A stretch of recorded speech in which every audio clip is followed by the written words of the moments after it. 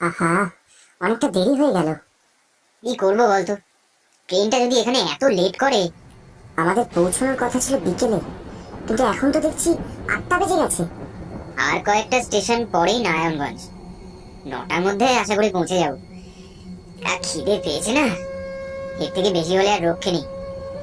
সমরেশ অনেক করে বলেছিল জানিস তো আগের দিন যেতে, কেন যে এলাম না সেটাই এখন ভাবছি।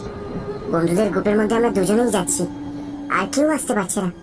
কি করবো বল, অফিসের মিটিং আর তোর কাজটা এমন ভাবে পড়ে গেছিল, সেটা না করলেও নয়। সেই ছোট্টবেলার বন্ধু আমরা, আমরা না বন্ধুর বিয়েতে থাকলে হয়। এতক্ষণ পরে ট্রেনটা আবার চলতে শুরু করেছে। যা ঝড় বৃষ্টি হচ্ছে বাইরে, এই জন্য যত সমস্যা। কিছুক্ষণ আগে ট্রেনটা 20 মিনিটের মতো এই প্ল্যাটফর্মে দাঁড়িয়েছিল, কিন্তু কিছুটা যাওয়ার পর হঠাৎ করে ট্রেনটা আবারও ঝাঁকুনি খেয়ে থেমে যায়।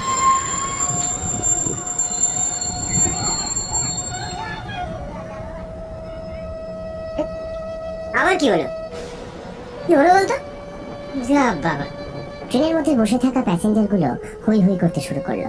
এই কি ব্যাপার বলতো, আবার যে থেমে গেল? না তো দেখি কি হলো। আর একটা প্ল্যাটফর্ম পরেই তো প্রতাপগঞ্জ, দরকার হলে না হয় হেঁটেই চলে যাবো, আর ভালো লাগছে না। ব্যাগে তো ছাতা আছে। ঠিকই বলেছিস, হেঁটে চলে যাবো, চ। প্রতাপ কিছু দূর এগিয়ে যায় ট্রেনের কামরায়। হঠাৎ একজন ভদ্রলোক বলে ওঠে, একটা কার ছিঁড়ে পড়ে আছে লাইনের ওপর। কি যে সমস্যা, এই বৃষ্টির রাতে আরো কতক্ষণ অপেক্ষা করতে হবে কে জানে। প্রতাপ ফিরে এসে অরুণকে সে কথা বলতেই অরুণ বলে উঠল, এই, আমার সঙ্গে ছাতা আছে, চল তো।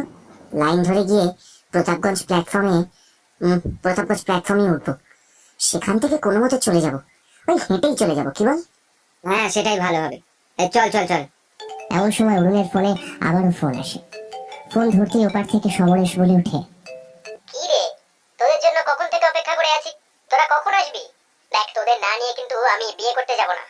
আরে মাঝ রাস্তায় যদি ট্রেন দাঁড়িয়ে যায় আমরা কি করবো বলতো? ট্রেনের তার ছিঁড়ে রেল লাইনের ওপর পড়ে আছে। এখন বাজে 8:30, 10টার সময় গাড়ি ছাড়বো, তাড়াতাড়ি আয় তোরা। চিন্তা করিস না, আমরা হেঁটে যাওয়ারই চেষ্টা করছি। রেল লাইন ধরে হেঁটে এলে বড়জোর 20 মিনিট লাগবে, খুব একটা দূরে নয়, তাড়াতাড়ি চলে আয়। আমি প্ল্যাটফর্মের কাছে এগিয়ে যাই, তাহলে তোদের সুবিধা হবে। আয় আয় আয়, চটপট আয়। এই আমরা তো ভিজে যাবো রে, পোশাক চেঞ্জ করতে হবে কিন্তু ভাই। ঠিক আছে, তোদের গাড়িতে তুলে নিয়ে চলে আসবো আমি। দেরিতে লগ্ন, 10টার আগে বেরোলে যথেষ্ট টাইম আছে। আমার বাড়ি থেকে চারুর বাড়ি খুব একটা দূরে নয়, মাত্র ওই আধ ঘন্টা। তোরা তাড়াতাড়ি বেরিয়ে পড়, একটু লম্বা লম্বা পা ফেলে হাঁটবি। আমি এক্ষুনি যাচ্ছি প্ল্যাটফর্মের সামনে, হ্যাঁ? তাড়াতাড়ি, একদম লেট করবি না। সমরেশের কথা শুনে প্রতাপ আর তরুণ ট্রেন থেকে নেমে রেল লাইন ধরে হাঁটতে শুরু করে। রেল লাইনের দুধারে ঘন ঝোপলতা গুলময় ভর্তি, চারিদিকে অন্ধকার, কিছুই দেখা যাচ্ছে না। মাঝে মাঝে বিদ্যুৎ চমকাচ্ছে, সেই চমকানোর আলোতে তারা রেল লাইন ধরে হাঁটতে শুরু করেছে। হঠাৎ অরুণ বলে, প্রায় 30 মিনিট ধরে হাঁটছি, কিরে প্ল্যাটফর্ম কোথায়? প্রথমবার তো, তাই মনে হয় একটু দূর দূর লাগছে। এই তাড়াতাড়ি চল, সামনে ওই তো দূরে একটা আলো দেখা যাচ্ছে না, দেখ দেখ। এমন সময় হঠাৎ করে আশেপাশের কোনো জায়গা থেকে একটা কুকুরের কান্না ভেসে এলো। সেই রাতে কুকুরের কান্নাটাও যেন বিভৎস শোনাচ্ছিল। চারদিকে ঝিঝি পোকার ব্যাঙের ডাক ভয়াবহ পরিস্থিতি সৃষ্টি করেছিল সবকিছু। কাটা কিরকম যেন করছে জানিস তো। সত্যি কথা বলতে আমার ভীষণই ভয় লাগছে। শহরের দিকে এসব কিছুই থাকে না, চারিদিকে আলো, এখানে তো শুধুই অন্ধকার। গ্রামের দিকে মানুষ থাকে কি করে রে? দুজনেই সতর্ক দৃষ্টিতে চারপাশে তাকিয়ে আবারও হাঁটতে শুরু করে।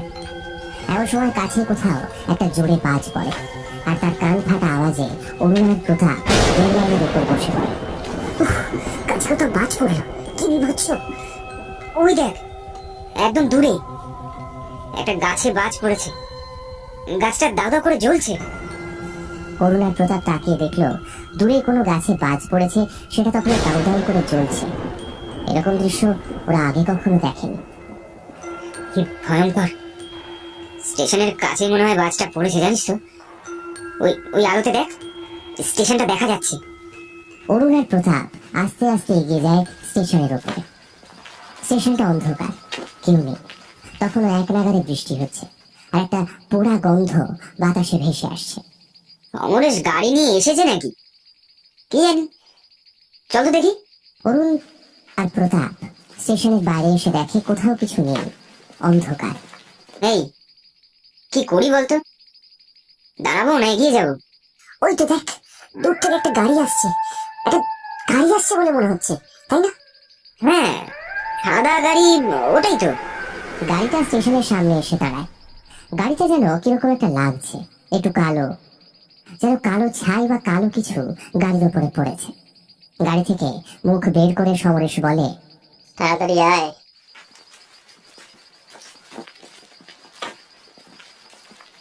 দুজনে উঠে পড়লে গাড়িটা চলতে শুরু করে। সামনে বসে আছে সমরেশ, পেছনে ওরা দুজন। একটা ড্রাইভার গাড়ি চালাচ্ছে। তোরা অনেক দেরি করে ফেললি রে। বিয়ে করবে বলে ছেলে পাগল হয়ে যাচ্ছে। আর বিয়ে? কেন রে এইভাবে বলছিস কেন? সমরেশ কিছু বলল না। অরুণ লক্ষ্য করে গাড়ির ভেতর থেকে রাস্তার ধারে একটা গাছের তলায় দাঁড়িয়ে আছে একটা সাদা রঙের গাড়ি, আর সেই গাড়ি থেকে তখনও ধোঁয়া বেরোচ্ছে। আরে এই গাছটাতেই তাহলে তখন বাজ পড়েছিল? হ্যাঁ, এই গাছটাতেই বাজটা পড়েছিল। আর তাতেই তো। চুপ করে যায় সমরেশ। চল এবার বাড়িতে যাই, চেঞ্জ করে তোর সাথে যাব। যা ভিজে গেছি। হ্যাঁ, এই তোর কথা শুনে তোকে একটু অন্যমনস্ক মনে হচ্ছে, কি হয়েছে রে? কিছু না।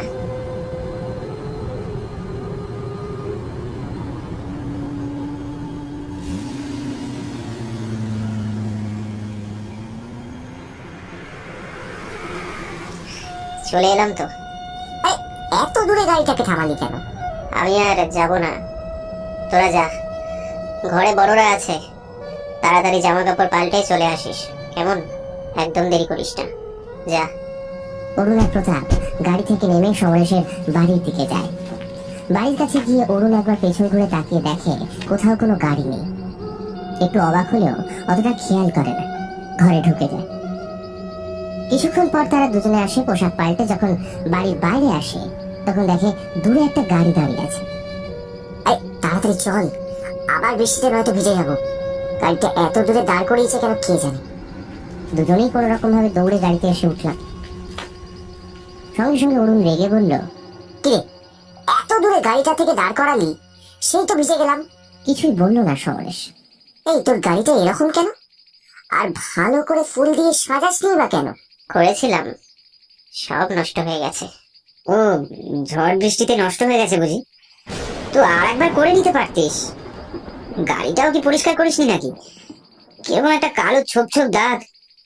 এই গাড়ি নিয়ে বিয়ে করতে গেলে কিন্তু সবাই হাসবে। আচ্ছা, ঝড় বৃষ্টির মধ্যে গাড়িটা আবারও চলতে শুরু করেছে। সমরেশ কিরকম অদ্ভুত ভাবে উত্তর দিচ্ছে। প্রতাপ অনেকবার জিজ্ঞাসা করেছে কিন্তু সমরেশ কিছুই বলছে না। হঠাৎ অরুণ লক্ষ্য করে গাড়ির সামনে লুকিং গ্লাসে ড্রাইভারের মুখটা দেখা গেল। কি অদ্ভুত চেহারা! তার চোখ দুটো যেন বেরিয়ে এসেছে, আর গোটা শরীর যেন পোড়া। এটা কি দেখলাম? গাড়ি থামা। এই কি হচ্ছে তোর? কি হয়েছে? আমি যা দেখলাম তা বিশ্বাস করতে পারবি না। আমি একটা বিভৎস রূপ দেখলাম। ড্রাইভার কাকার শরীর পোড়া। কি বলছিস বলতো? ওই তো কাকা বসে আছে, সব তো স্বাভাবিকই মনে হচ্ছে। না না, আমি দেখলাম। এমন সময় ড্রাইভার কাকার সামনে থেকে পেছনে ঘুরে সামনের দিক থেকে পেছন দিকে মুখটা ঘোরায়। মুখটা অদ্ভুত হলেও সে স্বাভাবিক।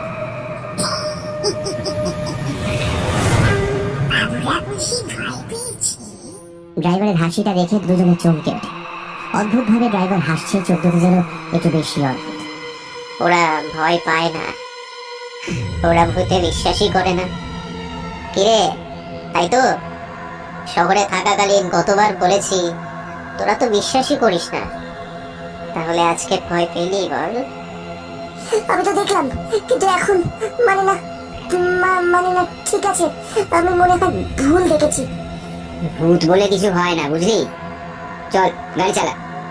গাড়ি আবার চলতে শুরু করে।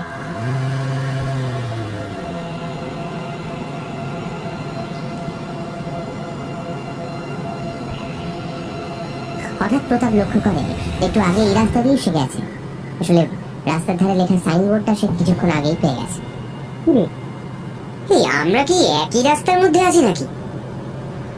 তোরা কি না না, তা কি করে হয়? তোরা পথ ভুলবে কি করে? এটা তো তোদেরই এলাকা। হ্যাঁ, আমারও যেন তাই মনে হচ্ছে। গাড়ির ভেতরে বসে থেকে গাড়ির বাইরে গাছপালা এবং বাড়িগুলো যেন আবারও দেখছি। কিরে সমরেশ, ব্যাপারটা কি বলতো? আমরা কি একই রাস্তায় ঘুরপাক খাচ্ছি?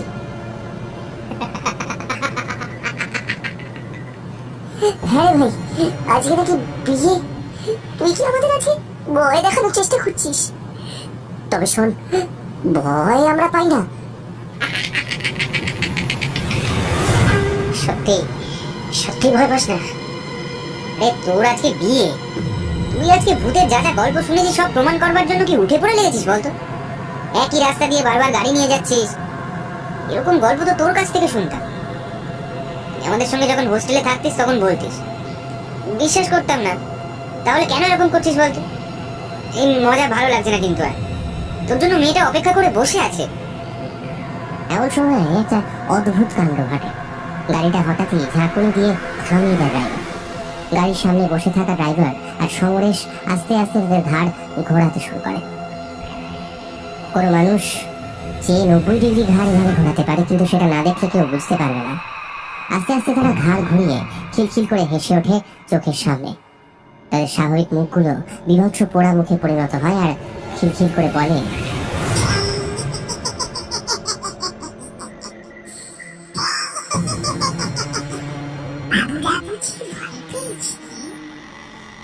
এসব কি হচ্ছে?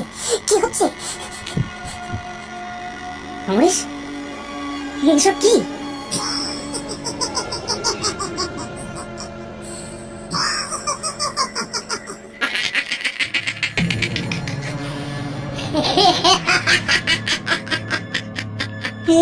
এসব কি হচ্ছে? আমাদেরকে গাড়ি থেকে নামতে হবে, আমাদের গাড়ি থেকে নামতে হবে, নামতে হবে আমাদেরকে। কিরে, বিশ্বাস হচ্ছে এবার? হ্যাঁ,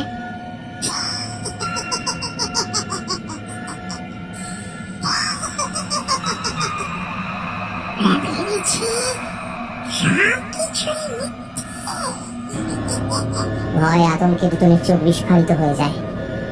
তাকিয়ে থাকে অদ্ভুত ভাবে দুজনে। চোখের সামনে দুজন এইরকম দেখে দুজনে গাড়ি থেকে নেমে দৌড়তে শুরু করে। আর পেছন দিকে তারা শুনতে পায় সমরেশের অট্টহাস।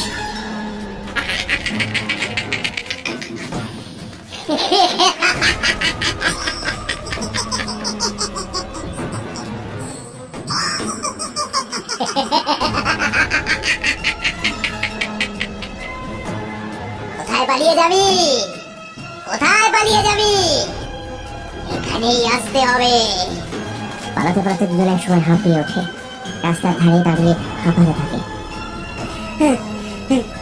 কোথায় যাচ্ছি বুঝতে পারছি না তো। ওই যে একটা সাদা গাড়ি এগিয়ে আসছে। সাহায্য চাইতে হবে আমাদের। আমরা মনে হয় পেটের পাল্লায় পড়েছি। সমরেশ যা বলতো সবই ঠিক। সমরেশ, আমার মনে হচ্ছে ও সমরেশ নয়, ওরা অন্য কেউ। এই সময় দূর থেকে একটা সাদা গাড়ি এগিয়ে আসে ওদের দিকে। ওরা হাত দেখায়, গাড়ি থামায়। গাড়িটাতে উঠতে গিয়ে যা দেখে এত চমকে ওঠে তারা। সামনের সিটে বসে আছে সমরেশ আর ড্রাইভার। এ কি? আমাদেরকে পালাতে হবে, পালাতে হবে আমাদেরকে।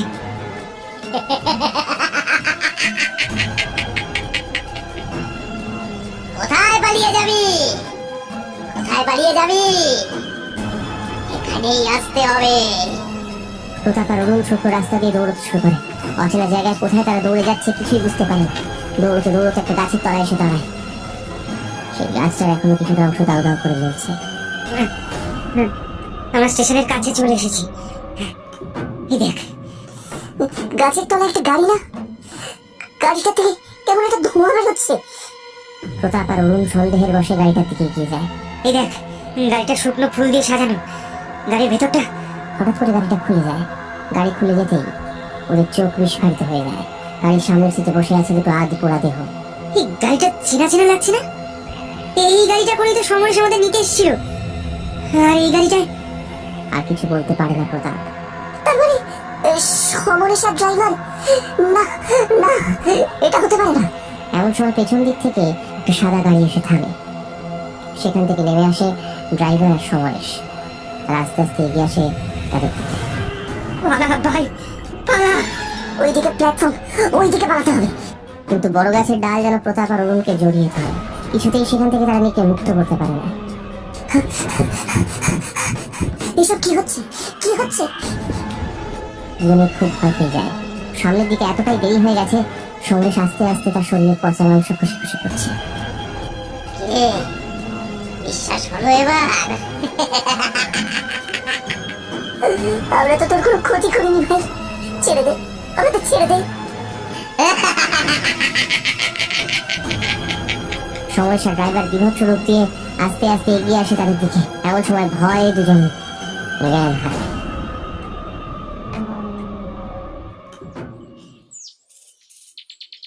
এটো ব্যাগ ভিড়েছে। উফ, মজা গেল। ওনাদের হাসপাতালে পাঠাও, হাসপাতালে পাঠাও, জলদি করো। কাল রাতেই সমরেশ্বর দিয়েছিল। ছেলেটা বড্ড ভালো ছিল, কিন্তু বিয়ের রাতে এরকম মর্মান্তিক মৃত্যু আর মেনে যায় না। বজ্রপাতের কারণে মৃত্যু হয়েছে। মনে হয় গাছের তলায় দাঁড়িয়ে ছিল গাড়িটা, আর তো ওখানেই আছে। আর বাজ পড়েছে কাল রাতে, যা ঝড় বৃষ্টি হচ্ছিল, বাপরে বাপ। সে গাছের আঘাতেই মৃত্যু। কি আর করা যাবে? এদের হাসপাতালে পাঠাবার ব্যবস্থা করো, তাড়াতাড়ি তাড়াতাড়ি। হ্যাঁ,